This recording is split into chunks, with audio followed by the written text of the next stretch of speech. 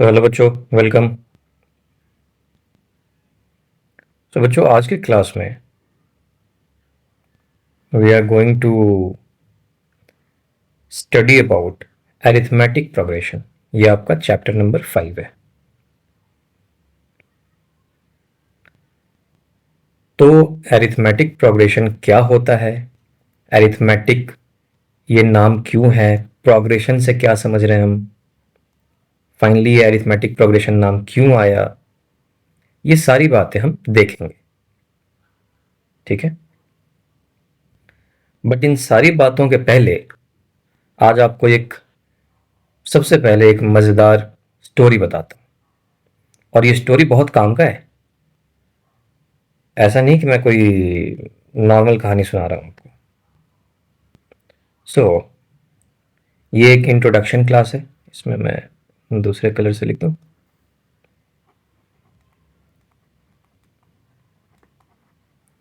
Introduction class.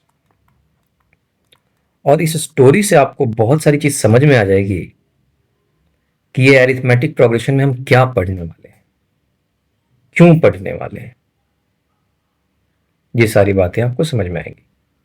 तो देखो, ये जो स्टोरी है ये एक बच्चे की स्टोरी है। ये बच्चे का नाम है कार्ल फ्रेडरिच गॉस। तो हम इनको जो है फ्रेडरिच करके बुलाएंगे, फ्रेडरिच। ये फ्रेडरिच ये बिलोंग करते हैं जर्मनी से, जर्मनी से।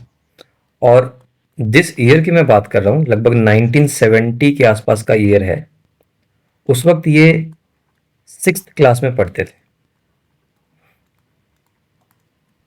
ये दिख रहा है ना वो क्लासरूम, कुछ ऐसा ही क्लासरूम रहा होगा जिसमें ये लोग पढ़ते होंगे। मान लिया जाए कि ये फ्रेडरिच है। ठीक है।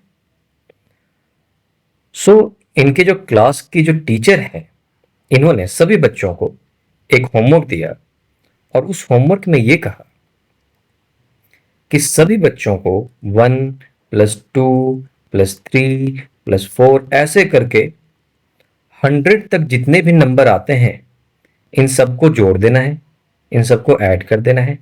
और कल इसको ऐड करके अपने नोटबुक में सॉल्यूशन लेके आना है। तो ये होमवर्क मिला सभी को। सभी अपने अपने घर गए, सभी वापस आए। सभी बच्चों ने अपना अपना होमवर्क जमा किया। तो इस बच्चे ने भी जमा किया, इस बच्चे ने भी जमा किया। कुछ बच्चों ने 5 पेज में कर रखा है, किसी बच्चों ने 6 पेज में कर रखा है, किसी बच्चे ने 7 पेज ले रखा है, कोई बच्चा गलत आंसर लेकर के आ रखा है। सभी ने अपने अपने जमा किए। फिर आया फ्रेडरिच की बारी। फ्रेडरिच ने भी अपना आंसर अपने मैडम को, अपने टीचर को दिखाया। और आप यकीन नहीं मानोगे, जो फ्रेडरिच का आंसर था, अगर मैं इसको एक पेज बोलूं तो इस पेज में भी आधे पेज में 4 लाइनों में उन्होंने आंसर निकाल दिया था। ये चीज को देख करके उसके टीचर शॉक्ड थे कि ये कैसे कर दिया। 1 से लेकर के 100 तक जोड़ना है, सोचो। 1+2+3 ऐसे करते रहो, कम से कम 4-5 पेज तो लेगा। इतनी मेहनत तो कम से कम लगेगी। और इस बच्चे ने सिर्फ 4 लाइन में इसका आंसर निकाल दिया। और ये भी सही आंसर निकाला, ऐसा नहीं कुछ गलत निकाल दिया।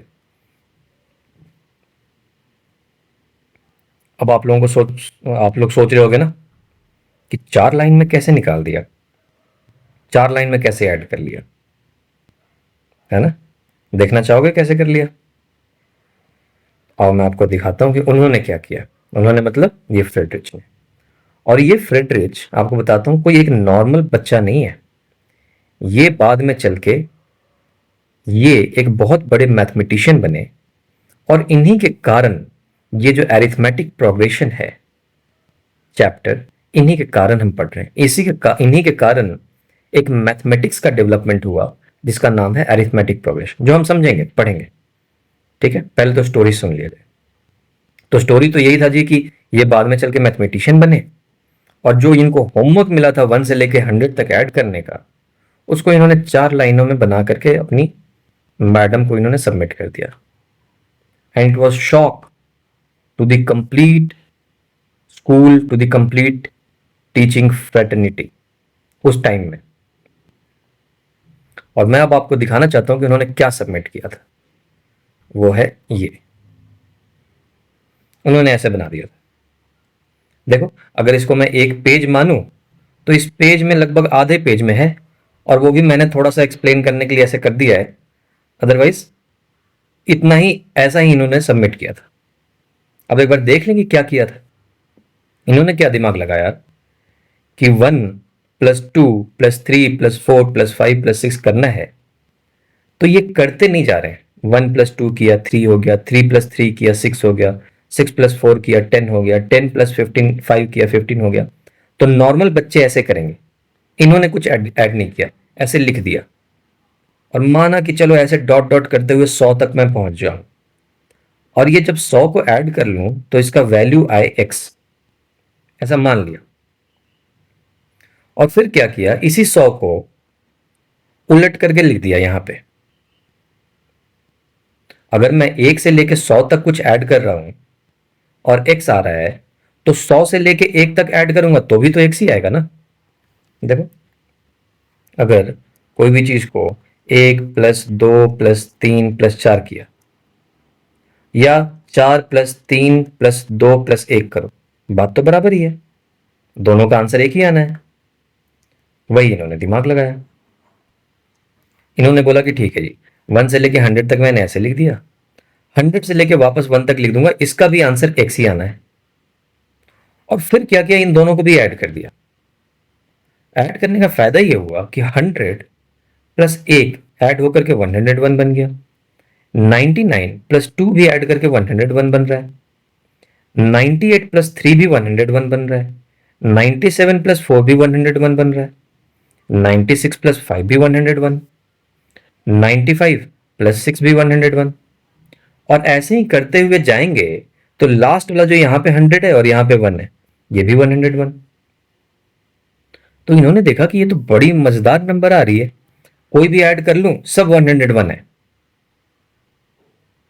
और ये कितने नंबर हैं ऐसे ऐड हुए, एक नंबर ऐड हुआ, देखो ये एक नंबर यहां पे ऐड हुआ, वैसे ही दूसरा नंबर यहां पे ऐड होकर के 101 दिया, वैसे ही तीसरा नंबर ऐड होकर के 101 दिया, चौथा नंबर ऐड होकर के 101 दिया। तो वैसे ही कितने नंबर हैं, 100 नंबर है, 100 नंबर ऐड होकर के 101 दे रहे हैं। तो 101 कितनी बार ऐड हो रहा है, एक बार, दो बार, तीन बार, 4 बार, 5 बार, ऐसे ही 100 बार ऐड हो रहा है। तो कोई भी चीज अगर मान लो मुझे 4+4+4+4 करना हो 4 बार या 5 बार, तो 5 बार 4 को ऐड करो, इससे बढ़िया मैं 4×5 ना कर लूं। 5 बार 5 बार 4 को ही तो ऐड करना है, तो वही तो होता है 4×5। तो उसी तरीके से अगर मुझे 101 को 100 बार ऐड करना है, तो मैं 100 बार ऐड करने के बजाय 100×101 कर दूंगा। सही है ना लॉजिक। 101 को कितनी बार ऐड करना है, एक बार, 2 बार, 3 बार, 4 बार, 5 बार, ऐसे ही करके 100 बार, तो 100×101। अब उसी तरीके से यहां पे x और x ऐड होकर के 2x हो गया, इक्वल टू 2x। 2 को इधर लेके गए, x इक्वल टू आ गया 5050। और x को क्या माना था, फ्रेडरिच ने स्टार्टिंग में x को क्या माना था, x ही वो चीज माना था, उसको नहीं पता कि ऐड करने के बाद क्या आएगा। तो फ्रेडरिच ने x मान ली, कि मान लेते हैं कि 1+2+3+4+5+6+7 ऐसे ही करके 100 तक ऐड करूं तो x मिल जाए। तो x माना ही है 1 से लेकर के 100 तक का एडिशन, वो x मान लिया गया। और फाइनली इसका आंसर क्या आया, x इक्वल टू 5050। और मैं आपको ये बताना चाहता हूं कि ये बिल्कुल सही आंसर है।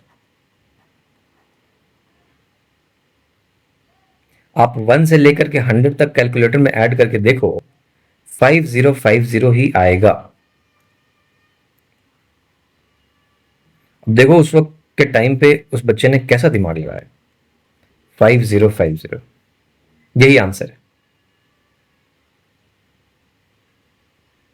और इसी बात से उस वक्त के सारे टीचर्स, सारे स्कूल, पूरी जर्मनी में शॉक था उस वक्त, क्योंकि उस वक्त कोई ऐसा सोचता ही नहीं था इसी तरीके से।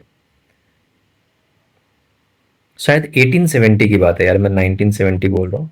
It is the time of 1870। ठीक है, कुछ साल 1870 की बात है। तो बच्चों ये है स्टोरी ऑफ मैथमेटिशियन फ्रेडरिच। अब पॉइंट ये आता है कि क्या हम भी कुछ करके देख लेते हैं, है ना। अभी मैं अरिथमेटिक प्रोग्रेशन वाले चैप्टर पे आपके आया नहीं हूं। मैं बोल रहा हूं अगर ऐसी ही बात है कि वापस ऐसे पलट करके यहाँ पे लिख दिया 101 आ गया, तो हम भी ऐसे करके बना सकते हैं कोई भी चीज, है ना।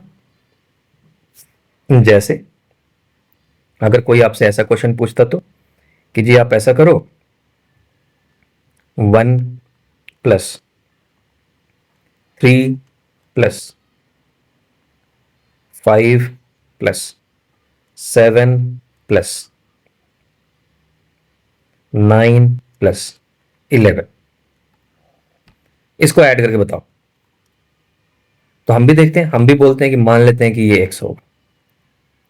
ठीक। अच्छा, 1 के बाद गैप कितना है, एक बार 1 के बाद गैप कितना है, 2। मतलब एक में अगर 2 ऐड कर लिया तो 3 आ गया, 3 में फिर 2 ऐड किया तो गैप बिल्कुल सेम है। देखो फ्रेडरिच वाले केस में भी यहां पे गैप कितने का था, 1 का, 1 का गैप था हर टर्म के बाद।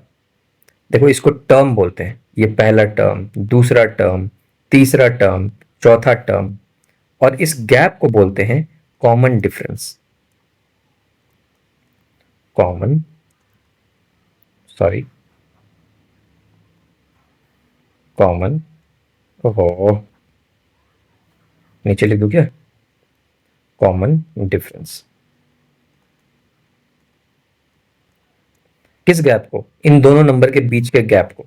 तो यहां पे सब जगह तुम देखोगे कॉमन डिफरेंस, इसलिए बोल रहे हैं क्योंकि कॉमन है, ये डिफरेंस सभी में कॉमन है। एक के बाद 2 है, 2 और 1 के बीच में डिफरेंस कितना है, 1। 3 और 2 के बीच में डिफरेंस 1। 4 और 3 के बीच में डिफरेंस 1। उसी तरीके से 100 और 99 के बीच में डिफरेंस 1। तो ये डिफरेंस कॉमन है सभी में, सभी नंबर्स में, सभी टर्म्स में, इसलिए इसको कहा गया, गैप को कहा गया कॉमन डिफरेंस। उसी तरीके से अगर मेरे पास कुछ ऐसा क्वेश्चन मुझे किसी ने दे दिया होता कि 1+3+5+7, तो मैं देख पा रहा हूं सबका कॉमन डिफरेंस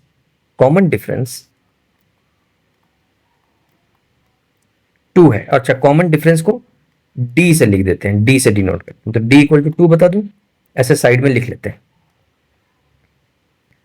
अब मैं देखना चाहता हूं कि फ्रेडरिच वाले मेथड से मैं भी बना सकता हूं क्या, है ना।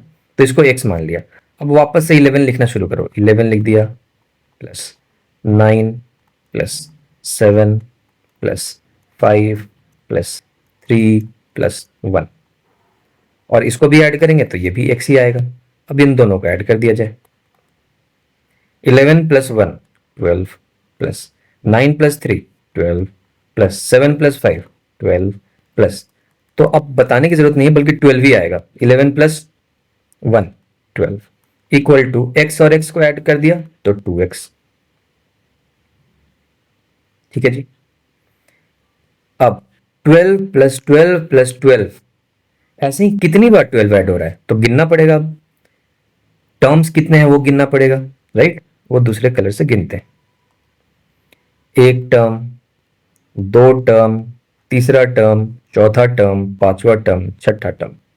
सो टोटल 6 बार 12 ऐड होगा। एक बार ये, दूसरी बार ये, ऐसे ही करके 6 बार ऐड होगा ना, 3 4 5 6। तो मैं इसको लिख दूंगा 6 × 12 इक्वल टू 2x। तो x इक्वल टू क्या आ गया, 2 से इसको काट दो 3, सो 12 × 3 36। तुम ऐड करके भी देख लो तो 36 ही आएगा। 1+3 4, 4+5 9, 9 प्लस 7 कितना? 16। 16 प्लस 9 25। 25 प्लस 11 36। देखो 36 आ गया। ठीक है, दिमाग में रहे कि यहां पे कॉमन डिफरेंस जो है वो 2 है। और एक इंपॉर्टेंट चीज कि हम यहां पे गिन पाए कि नंबर ऑफ टर्म्स कितना है।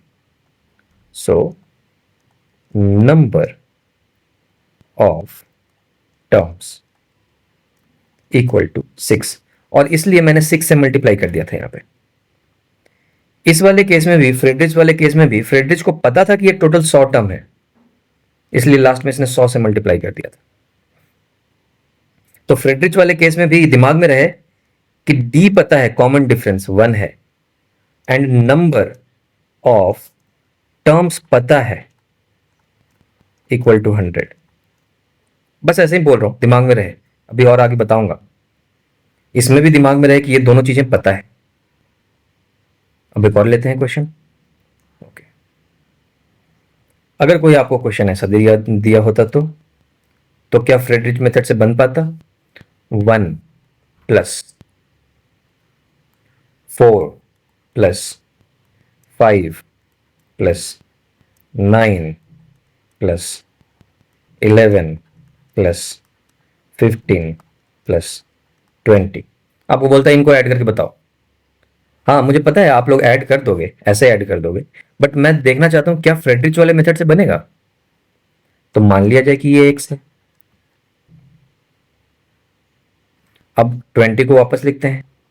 20 प्लस 15 प्लस 11 प्लस 11 के बाद 9 था, 9 plus 5 plus 4 plus 1 equal to B X. अब इन दोनों को ऐड कर दिया जाए। 20 प्लस 1 21 प्लस 15 प्लस 4 21, 11 प्लस 5, अरे यहाँ पे तो 16 आ गया, कोई बात नहीं, आगे देखते हैं। 9 प्लस 9 18 आ गया, प्लस 11 प्लस 5 ये आ गया 16, प्लस 19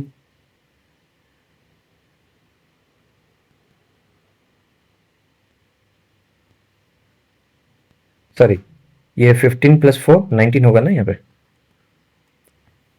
19 ऐसे करके आ गया जी 21। अब क्या करूं? अब ऐसा तो हो नहीं रहा ना कि 21 plus 21 plus 21 plus 21 plus 21 plus 21 plus 21। ऐसा होता तो मैं बोलता कि 21 कितनी बार ऐड हो रहा है, 1 2 3 4 5 6 7, नंबर ऑफ टर्म्स। तो मैं नंबर ऑफ टर्म्स देखता 7 है, तो 7 इंटू 21 कर देता, लेकिन हर जगह 21 तो ऐड नहीं हो रहे। तो मुझे फ्रेडरिच वाला मेथड कोई फायदा नहीं पहुंचा पा रहा है इस तरीके के क्वेश्चन में। और वो क्यों नहीं पहुंचा पा रहा है? बिकॉज इसमें कोई कॉमन डिफरेंस नहीं है इन दोनों के बीच। अब डिफरेंस देखा जाए, इन दोनों के बीच का डिफरेंस अगर देखें तो 3 का है। 4 में से 1 गया 3, 5 में से 4 चला गया, इसके बीच में डिफरेंस सिर्फ 1 का है। 9 में से 5 चला गया, इसमें डिफरेंस है 4 का। 11 में से 9 चला गया, इसमें डिफरेंस है 2 का। 15 में से 11 चला गया, इसमें है डिफरेंस 2 का, इसमें है डिफरेंस 5 का। तो देयरफॉर मैं इसको बोल सकता हूं कि नो कॉमन डिफरेंस, कोई कॉमन डिफरेंस है ही नहीं, और इसलिए ये फ्रेडरिच वाले मेथड से नहीं बन सकता है। There is no common difference फ्रेडरिच वाले, अच्छा नो कॉमन डिफरेंस, लेकिन नंबर ऑफ टर्म्स, हाँ नंबर ऑफ टर्म्स गिनना हुआ तो मैं गिन लूंगा 7 है, लेकिन कॉमन डिफरेंस ही नहीं है। तो अगर कॉमन डिफरेंस नहीं है तो ये इस तरीके से नहीं बन सकता है। ठीक है, इतना हमें पता चल गया कि कॉमन डिफरेंस होना, जिसको हम डी से डिनोट करते हैं, ये बहुत इंपॉर्टेंट है। फ्रेडरिच ने क्यों बना दिया था? क्योंकि हर नंबर के बीच में कॉमन डिफरेंस 1 था। 1 का कॉमन डिफरेंस था हर नंबर के बीच में। डी इक्वल टू 1, 2 में से 1 घटा दो 1, 3 में से 2 घटा दो 1। हर कंसेक्यूटिव नंबर के बीच में, मतलब 4 में से 3 घटा दिया, 5 में से 4 घटा दिया, 6 में से 5, जो कंसेक्यूटिव नंबर है, मतलब एक के बाद जो एक नंबर आने वाला है उसके बीच का डिफरेंस फिक्स है। ये वाला भी क्वेश्चन मैंने क्यों बना लिया, कैसे बन गया हम लोगों से, बिकॉज डिफरेंस फिक्स है। अगर डिफरेंस फिक्स है तो ये जो ऐड करने के बाद जो आएगा ना बच्चों, ये सेम आएगा। ये फायदा हो रहा है। और किसी भी तरीके से अगर नंबर ऑफ टर्म पता चल जाए, जैसे यहां पे नंबर ऑफ टर्म मुझे पता है 6, तो 6 इंटू 12 कर दिया, मेरा आंसर आ गया। तो दो बातें हमें पता चलनी कि जी हमें कॉमन डिफरेंस वाला तो चाहिए ही चाहिए, कॉमन डिफरेंस तो होना ही होना है। अगर कॉमन डिफरेंस नहीं हुआ तो मैं नहीं बना पाऊंगा ऐसे। अब इसी में अगर कोई आपको ऐसा क्वेश्चन दे दिया होता, देखो 1 प्लस, इसको दूसरे कलर से यूज कर लें, 1 प्लस 4 प्लस 7 प्लस 10 प्लस, ठीक है, 13 प्लस 16 प्लस 19 प्लस 22 प्लस, ऐसे ही करते हुए मान लो ये चला जाएगा, कहाँ तक जाएगा, मान लो 102, 102 तक, ठीक है। अब आपसे किसी ने कहा कि मुझे कॉमन डिफरेंस है क्या, पहली बात आपसे किसी ने कहा कि मुझे इसका ऐड करके बता दो इन सबको, तो सबसे पहले तुम देखोगे कॉमन डिफरेंस है। 4 में से 1 गया 3, 7 में से 4 गया 3, 10 में से 7 गया 3, 13 में से 10 गया 3। हाँ, कॉमन डिफरेंस तो मुझे दिख रहा है और वो है d इक्वल टू 3। तो इतना तो मिल गया कि जी कॉमन डिफरेंस है। अगर कॉमन डिफरेंस है तो फ्रेडरिच वाले मेथड से बन जाएगा। तो करते हैं फिर फ्रेडरिच वाले मेथड से। वापस अब हम लिखेंगे 102 प्लस, है ना, यहां पे कितना लिखेंगे, 102 के पहले क्या रहा होगा, 3 कम रहा होगा, है ना, तो 99 प्लस, इसमें भी 3 कम रहा होगा, 96, ऐसे ही करके पूरा एडिशन आएगा, ये लास्ट तक 1। ये इसको x मान लिया जाए तो ये भी x है। अब इनको ऐड कर देते हैं, तो ये आ गया 103 प्लस 99 प्लस 4 103, 96 प्लस 7 103 प्लस, ऐसे ही करते 103, यहां पे भी आएगा 103 इक्वल टू 2 इंटू एक्स, क्योंकि x प्लस एक्स 2x हो गया। अब क्या करें, अब एक प्रॉब्लम आ गई। प्रॉब्लम ये आ गया कि मैं इनको ऐड तो कर दूंगा 103 प्लस 103 प्लस 103, लेकिन मुझे पता नहीं कितनी बार ऐड हो रहा है ये, एक बार, 2 बार, तीसरी बार ऐड हुआ यहां पे, चौथी बार ऐड होगा यहां पे, 5वीं बार ऐड होगा यहां पे, लेकिन ऐसे ही करते हुए कितनी बार ऐड हो रहा है। यहां तो मुझे पता है कि कितनी बार ऐड हो रहा है, 6 बार। क्यों पता है, क्योंकि नंबर ऑफ टर्म्स मुझे पता है, 1 term, 2 term, 3 term, 4 term, 5 term, 6 term, total number of terms 6 हैं, इसलिए मुझे पता है कि ये 6 बार ऐड होगा। यहां पे मुझे नंबर ऑफ टर्म्स नहीं पता है, 1 टर्म, 2, तीसरा टर्म, चौथा टर्म, 5वां टर्म, ऐसे ही करके कितने टर्म्स हैं यहां पे मुझे तो पता नहीं। अगर ये 102 तक चला गया तो मुझे यही नहीं पता कि कितने टर्म्स हैं। तो फिर आप बोलो सर उस वो फ्रेडरिच जब 100 तक उसने ऐड किया था तो उसको कैसे पता था, वो भी तो नंबर बहुत ज्यादा था, 100 नंबर था, उसको इसलिए पता था क्योंकि इत्तिफाकन से इसके बीच में डिफरेंस सिर्फ एक ही का है। तो 1 के बाद 2, 2 के बाद 3, 3 के बाद 4, 4 के बाद 5, 5 के बाद 6, तो टर्म्स कितने हैं, 1 term, 2 term, 3 term, 4 term, 5 term, 6 term. तो जहां 6 लिखा हुआ है वो 6 टर्म है, तो वैसे ही जहां पे 100 लिखा हुआ है फ्रेडरिच को 100% गारंटी के साथ पता है कि जहां पे 100 लिखा हुआ मतलब 100 टर्म है, ये टोटल मिला के 100 टर्म है। 1 से लेके 100 तक कितने नंबर है? 100 है। लेकिन वही आपसे पूछ दे कि 1 के बाद जो दूसरा नंबर है वो 4 है 3 के गैप में, फिर जो तीसरा नंबर है वो 3 के गैप में है 7, ऐसे ही करके 102 तक लिखा हुआ है। अब बताओ कि बीच में कितने नंबर है? अब तुमको नहीं पता। अब तुम्हें नहीं पता कि बीच में कितने नंबर ऑफ टर्म्स है। तो यहां पे बात आकर के अटक गई। अब अगर हम बिल्कुल फ्रेडरिच वाले मेथड से ही करना चाहें तो कर तो पा रहे हैं, लेकिन कोई मुझे बता दे कि नंबर ऑफ टर्म्स कितना है तो मैं कर दूंगा। 1 टर्म, 2 टर्म, 3 टर्म, ऐसे ही 103 कितनी बार ऐड हो रहा है, कोई मुझे अगर ये बता दे तो मैं इसका सॉल्यूशन निकाल दूंगा। मतलब मैं इसको ऐड करके बता सकता हूं कि x क्या आएगा। तो इसलिए मैं पहले से बताना चाह रहा था कि दो चीजें इंपॉर्टेंट है। एक तो कि कॉमन डिफरेंस इस तरीके के सवाल में, और दूसरा नंबर ऑफ टर्म्स।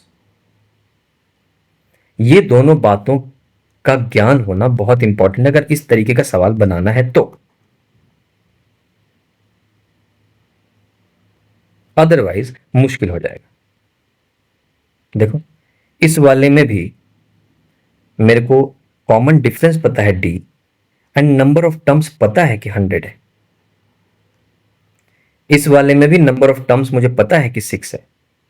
इस वाले क्वेश्चन का मैं कुछ कर ही नहीं सकता 1+4+5, क्योंकि इसमें कोई कॉमन डिफरेंस है ही नहीं।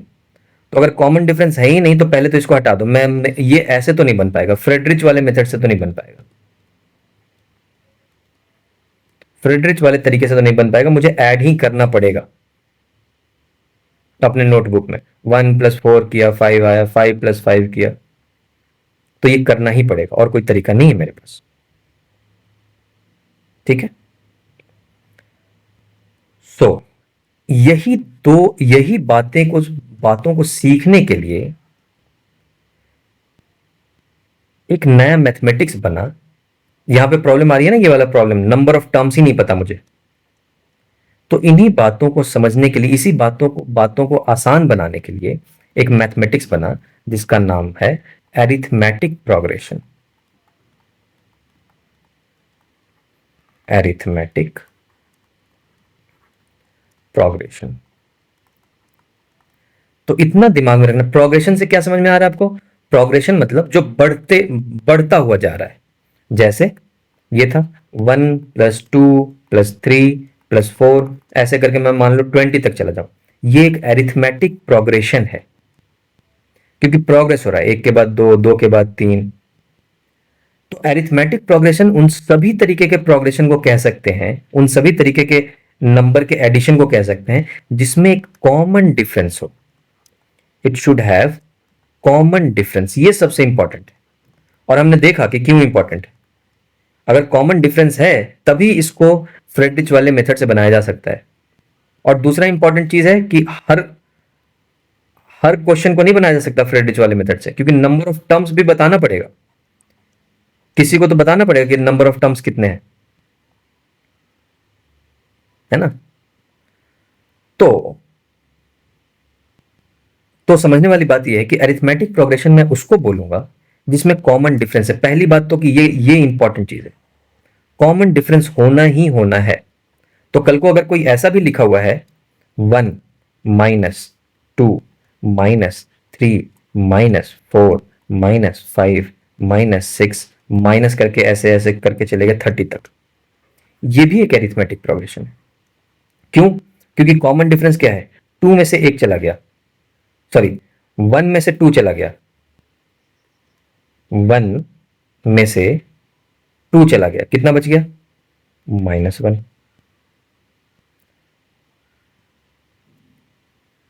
सॉरी, यहां पर -1 होना चाहिए, है ना, तभी बनेगा। क्योंकि मेरा टर्म क्या है? मेरा टर्म है -1 फिर -2। तो देखो, -2 और -1 के बीच में डिफरेंस हमेशा क्या करते हैं कि आगे वाले टर्म से पहले वाले टर्म को घटाते हैं। देखो, आगे वाला टर्म क्या है? 2, 2 में से 1 को घटाया तो क्या आया? Common difference 1। सिमिलरली 3 में से 2 को घटाया तो कॉमन डिफरेंस क्या आया? 1। सिमिलरली 4 में से 3 को घटाया तो कॉमन डिफरेंस 1।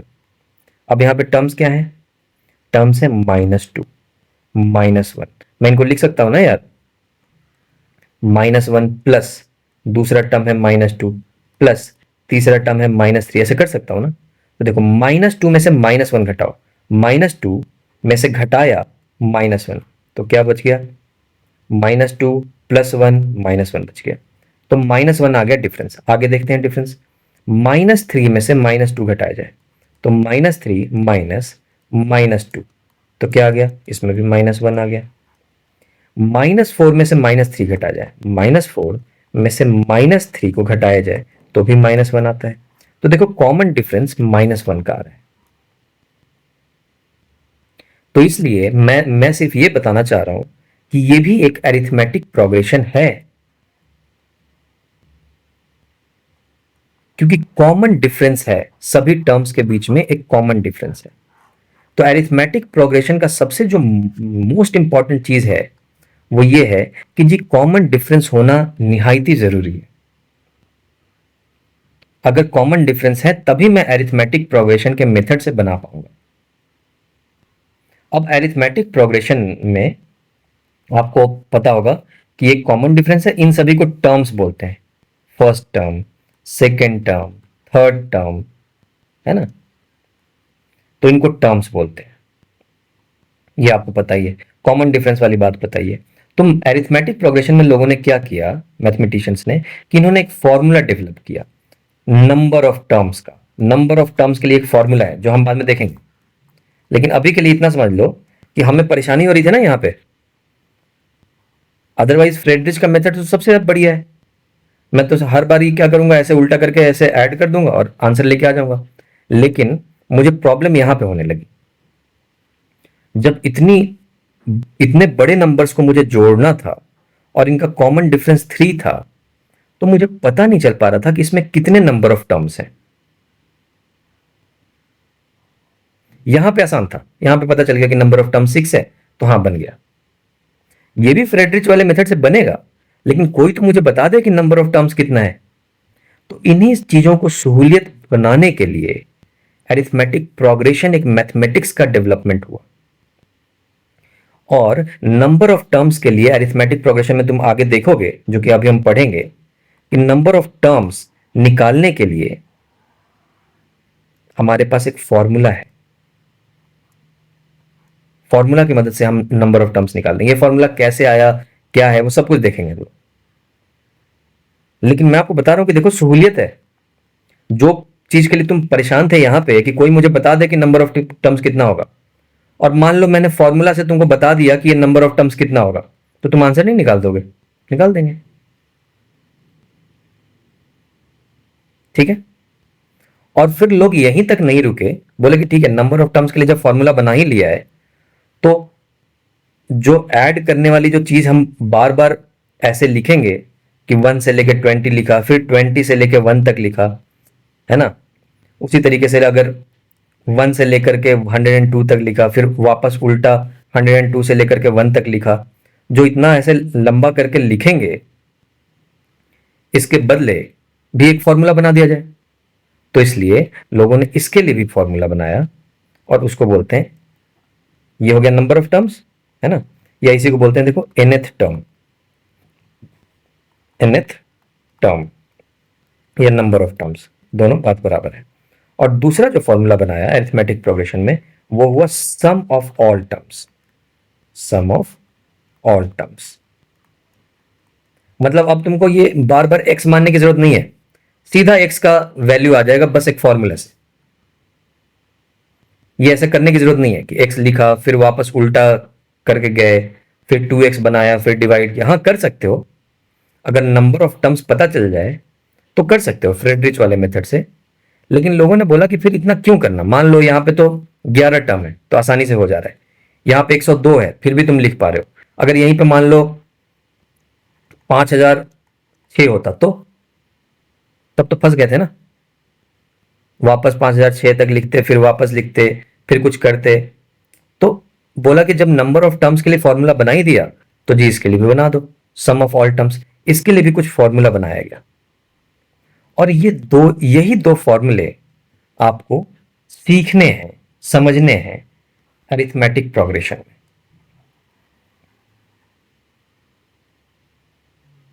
ठीक है जी। और अरिथमेटिक प्रोग्रेशन उन सभी प्रोग्रेशन को कहेंगे जहां पे कॉमन डिफरेंस है। अगर कॉमन डिफरेंस नहीं है तो हम नहीं कह पाएंगे वो अरिथमेटिक प्रोग्रेशन नहीं है, और अगर वो अरिथमेटिक प्रोग्रेशन नहीं है तो इस तरीके से इस फॉर्मूला को नहीं लगा सकते। ठीक है। तो इस इंट्रोडक्शन क्लास में आपको क्लियर हो गया होगा कि हम अरिथमेटिक प्रोग्रेशन में क्या पढ़ने वाले हैं, प्रोग्रेशन क्यों कहते हैं। अच्छा, अरिथमेटिक का मतलब हुआ कि हर बार कॉमन डिफरेंस वाला ही प्रोग्रेशन को अरिथमेटिक कहा गया, नाम दे दिया गया। अगर कॉमन डिफरेंस है एक के बाद एक और इसको हम ऐड कर रहे हैं तो वो एक अरिथमेटिक प्रोग्रेशन है। और ये सब आया कहां से? फ्रेडरिच की बदौलत आया, क्योंकि उन्होंने ऐसा काम कर दिया था कि लोग बहुत सरप्राइज हो गए और उसके बाद एक फॉर्मूला निकाला लोगों ने। हाँ, फ्रेडरिच वाले तरीके से भी हो जाता, लेकिन वहां पे भी प्रॉब्लम आने लगा कि मुझे अगर इस तरीके का अगर सम निकालना हो, एडिशन करना हो, तो नंबर ऑफ टर्म्स ही नहीं पता है। नंबर ऑफ टर्म्स ही नहीं पता है इसका कि कितना नंबर ऑफ टर्म्स है, तो कैसे करूं? 103 में क्या मल्टीप्लाई करूं? तो फ्रेडरिच वाला मेथड 1 से लेके 100 तक ऐड करने के लिए तो बहुत अच्छा अच्छा था, लेकिन अगर ऐसा हो गया, अब तो मान लो फिर भी यहां पे डिफरेंस है 3 का, अगर डिफरेंस होता 10 या 15 का तो तभी भी तुम नहीं पता कर पाते कि कितने टर्म्स हैं। तो इसलिए एक फॉर्मूला बनाया गया, एक मैथमेटिक्स बनाया गया, अरिथमेटिक प्रोग्रेशन, जिसमें इसके बारे में फॉर्मूला दिया गया, नंबर ऑफ टर्म्स। और वो फॉर्मूला यहां पे ऐसे ही लिख दिया मैंने, कुछ भी नहीं लिखा, जानबूझ के नहीं लिखा था कि आप कंफ्यूज मत हो जाओ। बस इतना दिमाग में रखो कि हाँ एक फॉर्मूला है, वो हम सीखेंगे अगले क्लास में।